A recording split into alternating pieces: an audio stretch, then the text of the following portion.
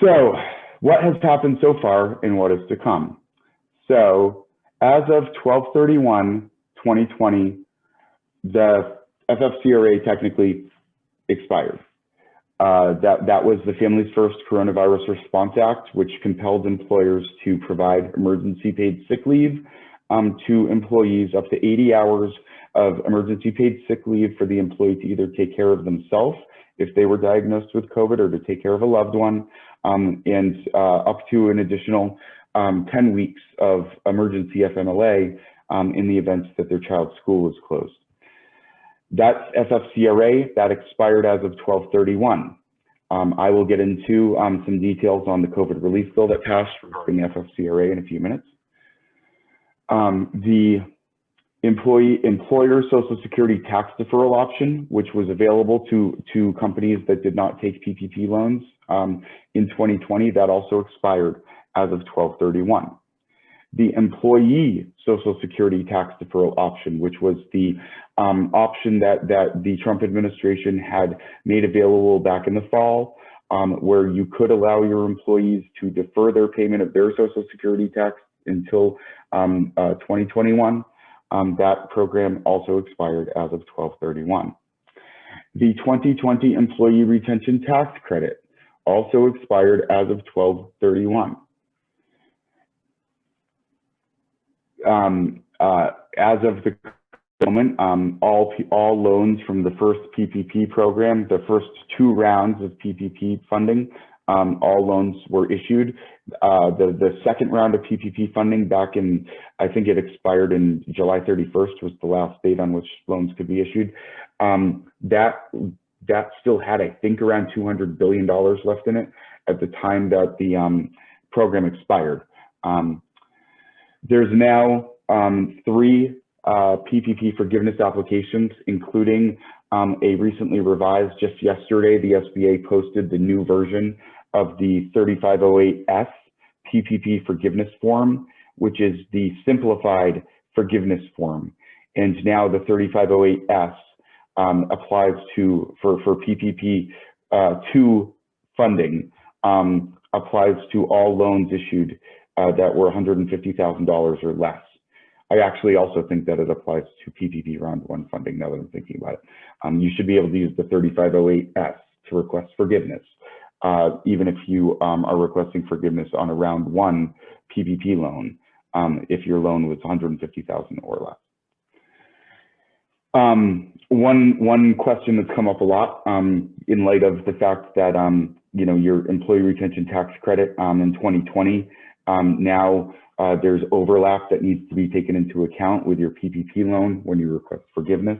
So the question has come up a lot around how long do we have to request forgiveness? Well, every employer has up until 10 months after the end of your covered period to request forgiveness. If you do not request forgiveness by then you will not be able to obtain it at all. And then finally, the SBA is starting to audit PPP forgiveness applications. We have had a couple of customers now who have needed assistance because the SBA has been working with their lender to audit those forgiveness applications. The way this plays out for loans that are smaller dollar figures is the SBA simply will send the lender a communication saying that they're demanding all documentation that didn't originally need to be provided, but the borrower had attested to the fact that they possess documentation around. For instance, your documentation around wage reductions or FTE counts and things of that nature, which originally didn't need to be provided when you applied for forgiveness. When the SBA is auditing, they're demanding all documentation. Word to the wise, if you do get audited by the SBA will communicate to your lender, the lender will communicate to you. And they are going to indicate that there's urgency here because you have, from the point at which the SBA starts to audit, you have 10 days to provide all documentation in order to satisfy the SBA's audit requirements. So just an FYI, if and when you hear from your lender on this, they are going to be expecting quick response from you because they have a 10-day window to play with there. Finally, for the intro, and then we'll get into the meat of the presentation, what is a refundable payroll tax credit? So the employee retention tax credit right now, as far as I can tell, is a very much underappreciated element of COVID relief that Congress passed here. When Congress passed the COVID relief bill a couple weeks ago, and they removed the restriction that was previously there preventing employers that obtained a PPP loan from taking advantage of the employee retention tax credit, they opened up an opportunity for a large swath of employers to obtain up to $5,000 per employee for the year in 941 refundable tax credits. A 941 refundable tax credit is something that is available to all employers who have payroll. It doesn't matter if you have corporate income tax. It doesn't matter if you are a 501c3. It doesn't matter if you're a 501c6. It doesn't matter if you are profitable or not. It is entirely based on the fact that you have W-2 employees that you pay payroll to.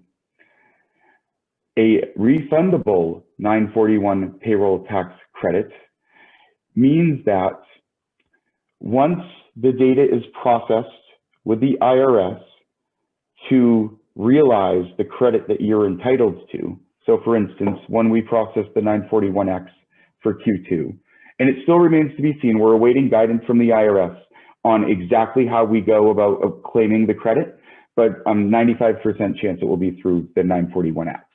So we file a 941X in Q2 for Q2 of 2020 for, let's just say you have 20 employees and you experienced a 51% revenue drop in Q2 2020.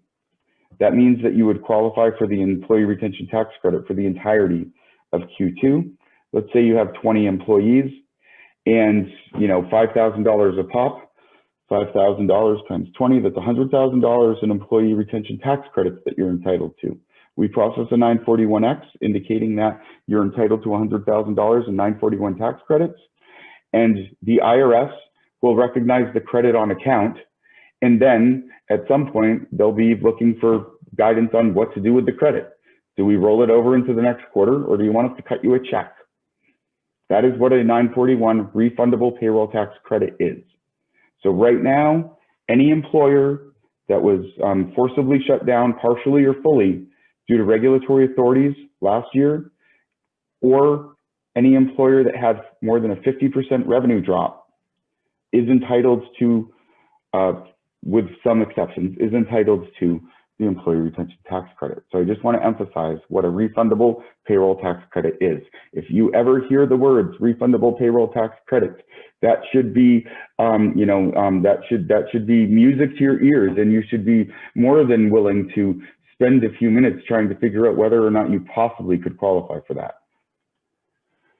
So FFCRA, this is where we're now, I'm going to cover like 3 different items kind of separately, and then I'm going to bring it all back together when we get into case studies. So FFCRA, the COVID relief bill that was passed a couple of weeks ago, extended into 2021 the option for employers to continue to comply with the FFCRA through 3/31/2021. Oops, sorry. What this means is that any employers that had accrued FFCRA wages as of the end of 2020 that didn't get paid to employees until the beginning of 2021, you still should have been able to receive your fully, your 941 tax credit for 100% of the value of the compensation that you had to pay out for FFCRA paid leave, even if the pay dates happened in 2021. Additionally, it means that if you choose to, you can continue to, through 3/31/2021, you can continue to pay your employees for this emergency paid sick leave if you choose to, but you can only do this and receive your 941 tax credit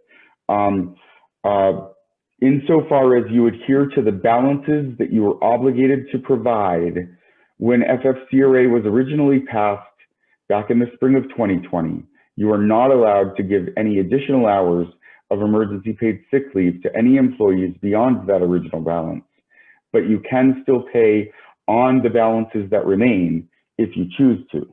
And the way this should be working for you is that in the payroll in which you incur the costs for the FFCRA labor, the 941 tax liability that you incur for that payroll should be reduced dollar for dollar by the FFCRA related costs.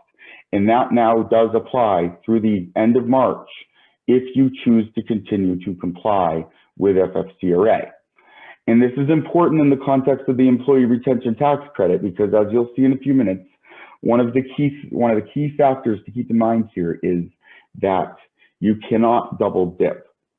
The FFCRA program already inherently within it provides you with an immediate credit on the total cost of the labor that you incur on FFCRA wages. Therefore, if you paid employees through with FFCRA wages, you cannot claim the employee retention tax credit on those same wages.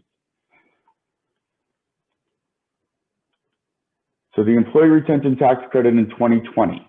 So now moving on from FFCRA to the employee retention tax credit in 2020. The way this program works, and was originally defined to work and now does work for employers even if they obtained a PPP loan.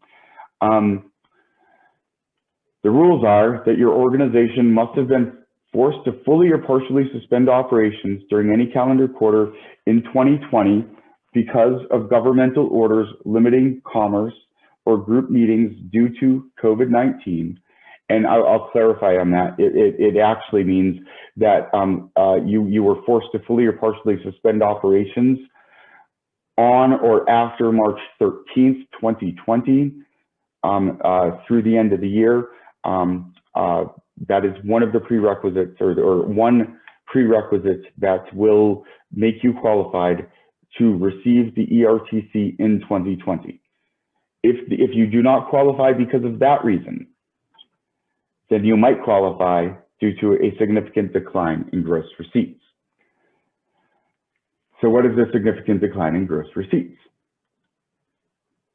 So the gross receipts test means that the ERTC in 2020 is available to you if the full or partial suspension rule does not apply to you, and you have experienced a significant decline in gross receipts, which would occur on the first day of the first calendar quarter for which your gross receipts are less than 50% of the gross receipts that you received for the same calendar quarter in 2019. So either, in order to get the ERTC in 2020, either you needed to have a full or partial suspension of operations, or you need to have at least a 50% decline in gross receipts from one calendar quarter in 2020, starting 3/13 or later,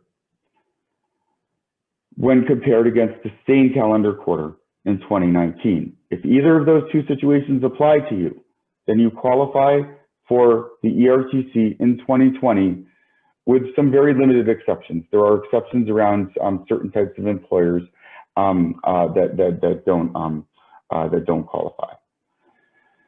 So when you qualify for the ERTC due to the suspended operations, then it starts on the date of the suspension, and your ERTC eligible period ends on the day that your full or partial suspension of operations ends.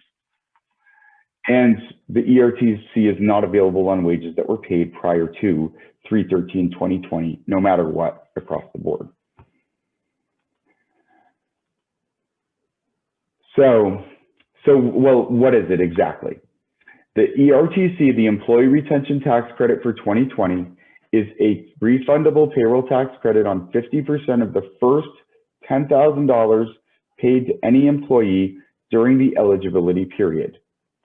Now in 2020, it works differently if you have 100 or more employees versus if you have fewer than 100 employees.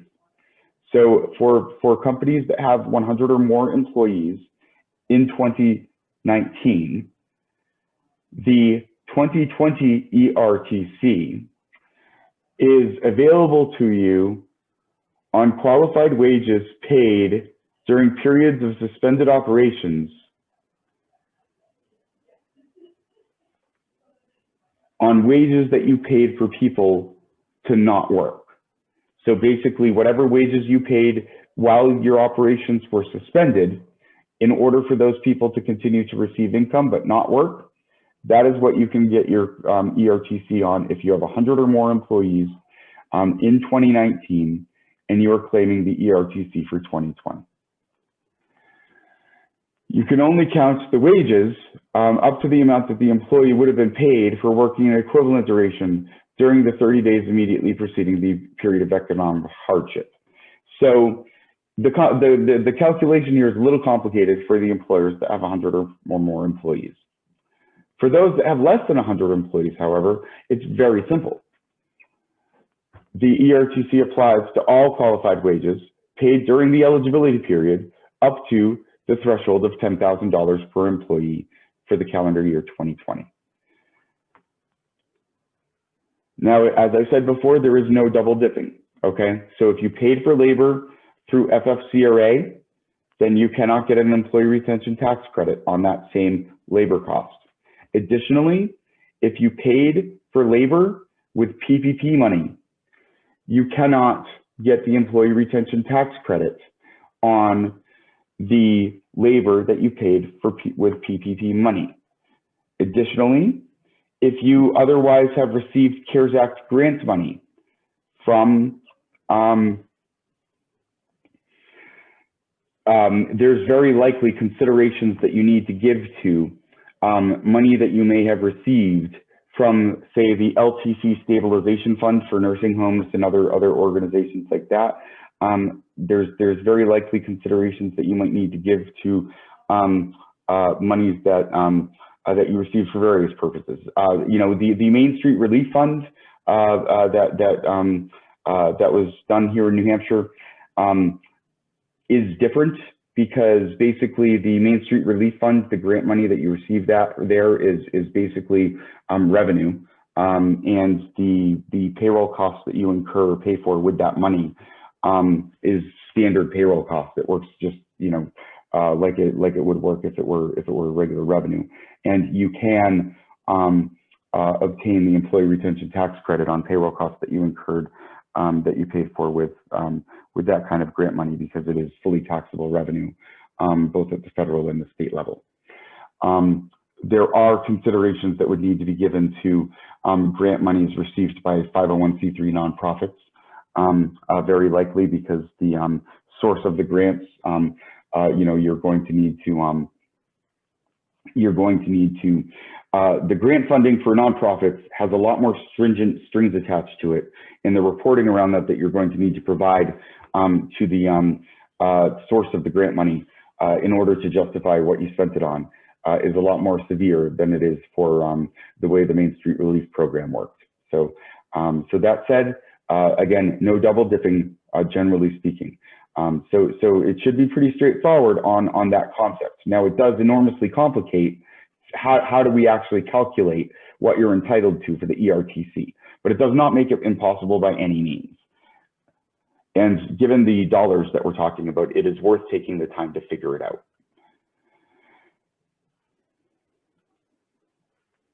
So now, before I bring things all together, I'm going to now share details on the employee retention tax credit for 2021.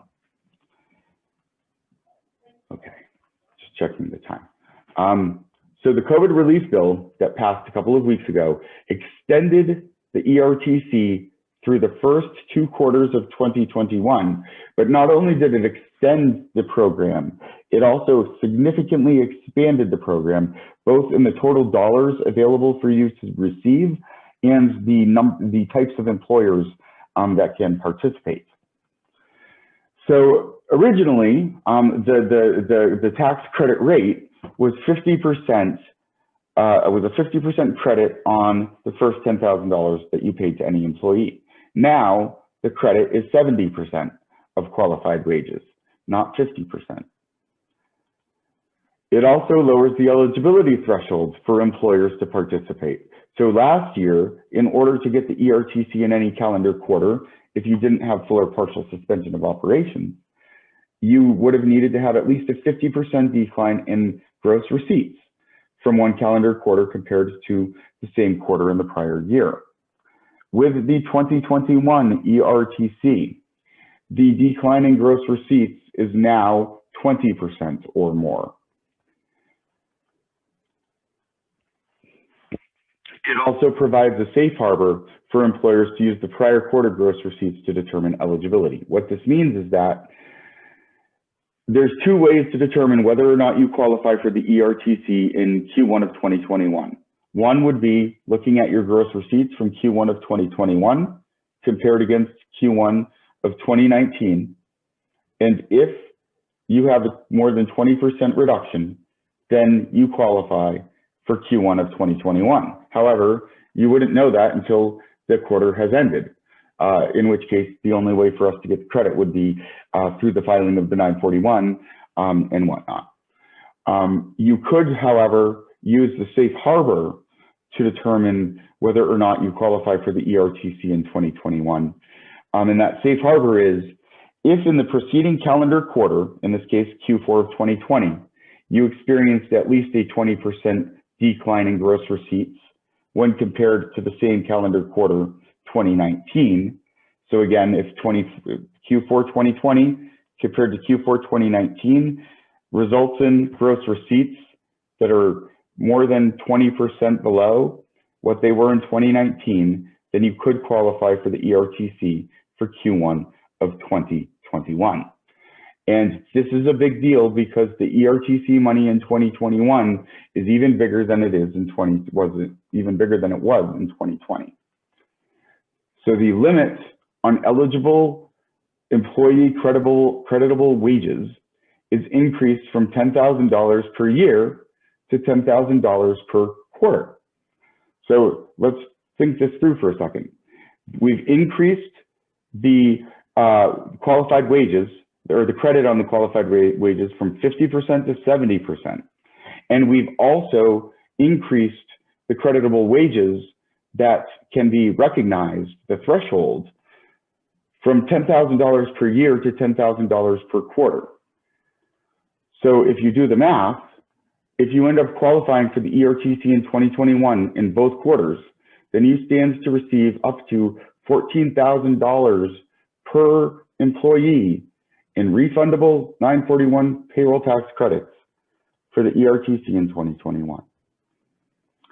Additionally, the 2021 version of the program increases the threshold that previously determined what qualified wages were from 100 or more employees to 500 plus employees. What that means is that all employers with fewer than 500 employees for the 2021 ERTC can get the ERTC on all wages that you pay any employee up to the threshold, rather than only the wages that you paid those people to not work.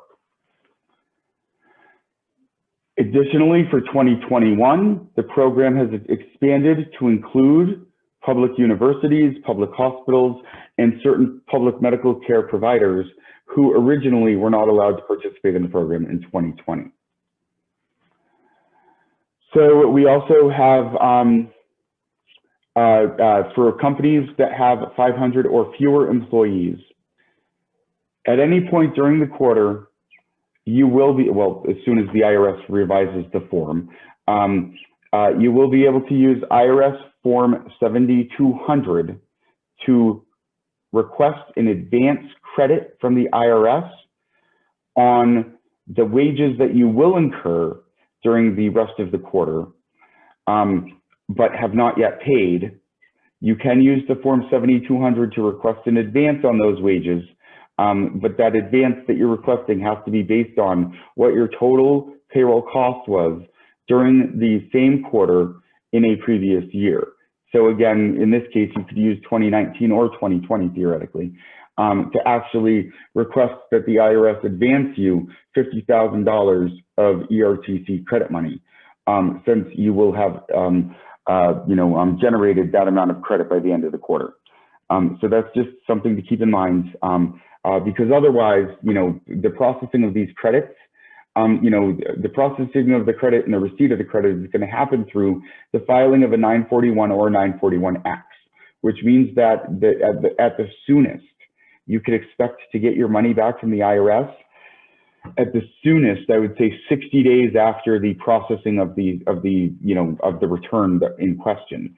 So if your return if your 941X, or rather if your return for Q1 2021 is not processed with IRS until sometime around about April 30th, then it would be at least the end of May, if not later in the year, before you actually got your money back from the IRS, which is why they've created this way to get money in advance. Because again, the whole point here is this is COVID relief. It doesn't do us, many favors here if you're stuck, footing the bill and just getting reimbursed 4 months later. So it also allows employers who are not in existence for all or part of 2019 to be able to claim the credit for 2021, which was something that was a challenge for employers with the 2020 ERTC. The first case study is a restaurant, an employer that is a restaurant that has 50 employees, okay?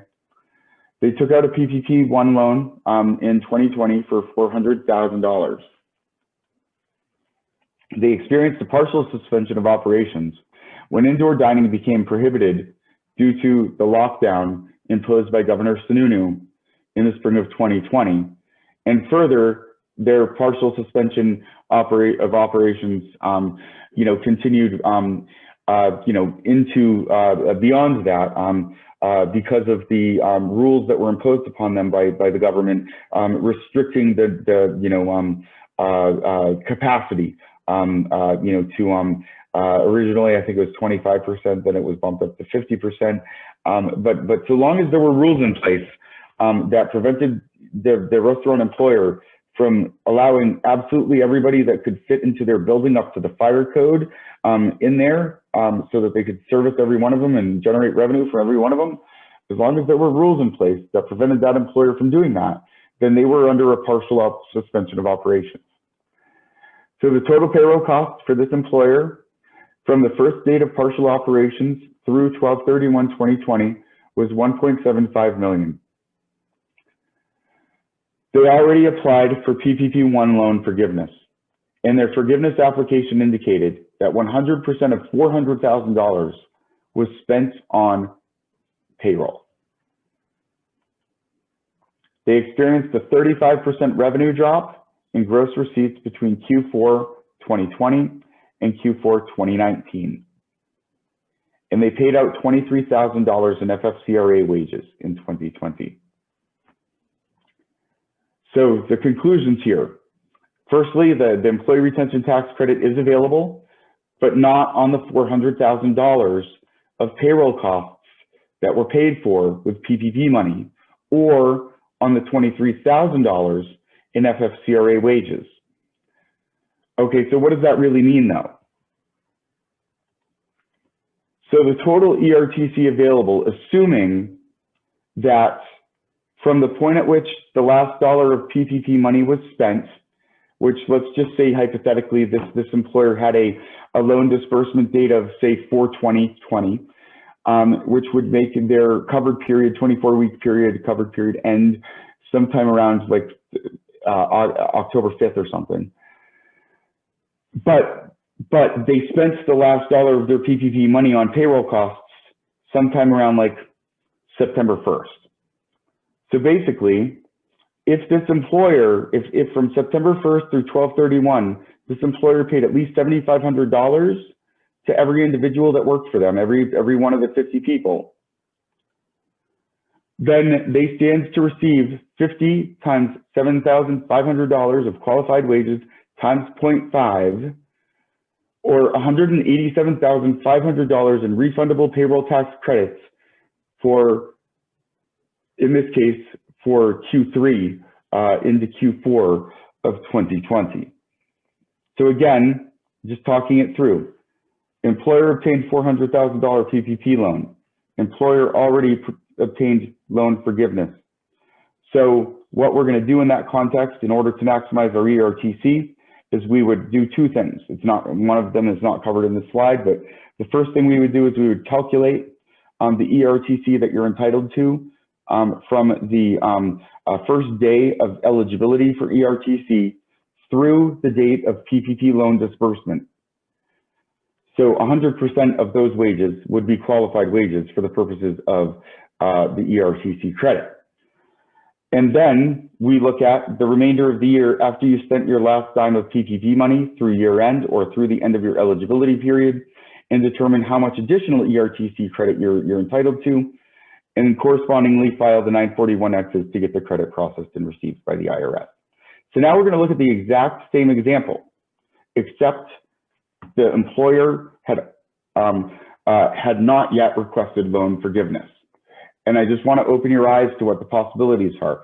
Keep in mind, when we had already requested forgiveness, we had $187,500 in refundable payroll tax credits.